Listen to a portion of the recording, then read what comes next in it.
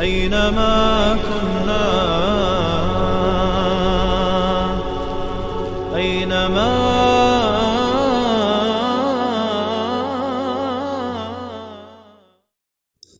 وعلیکم السلام و رحمت الله و برکاته.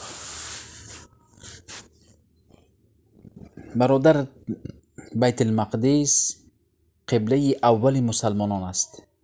پیامبر صلی الله علیه و سلم وقتی که به مدینه آمدند به بیت المقدس نگاه کرده نماز میخواندند.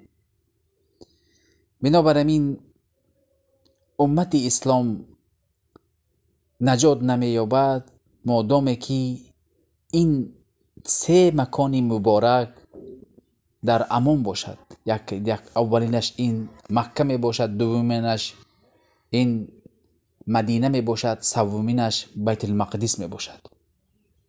بنابراین این سه مکان مبارک می باشد که حتی نماز در او چند برابر اجر دارد. این در حدیث ها وارد شده است. و این چنین پیامبر صلی الله علیه و سلم میگویند که اذا فسد اهل الشام فلا خیر فیکم.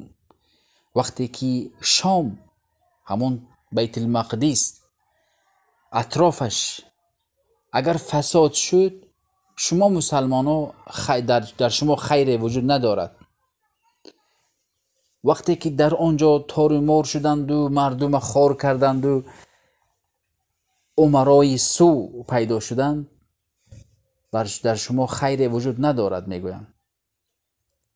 بنابراین صحابگان بعد از مکه و مدینه در شام استقامت را اختیار کرده بودند.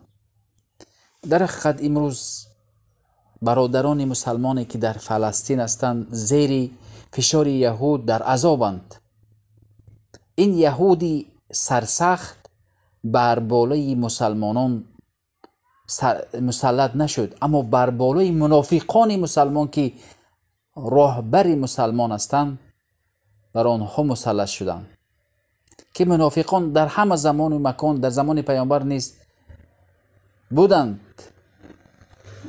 این منافق ها وجود دارند که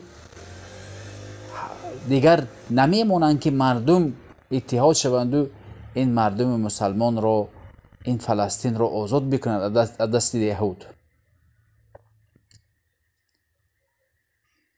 بنابراین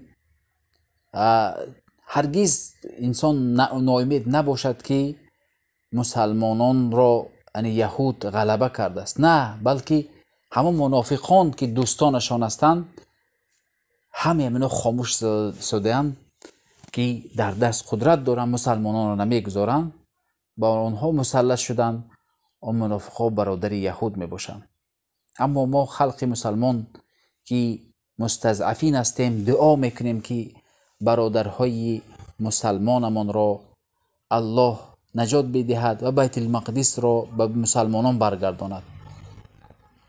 که پیامبر گفتند لا تزال طائفة من امتی ظاهرین علی الحق لا یضرهم من خالفهم. پیامبر میگویند که یک طایفه از امتی من همیشه پیروز هستند، کسی مخالفت کرد یعنی با آنها ضرر رساندن نمیتواند.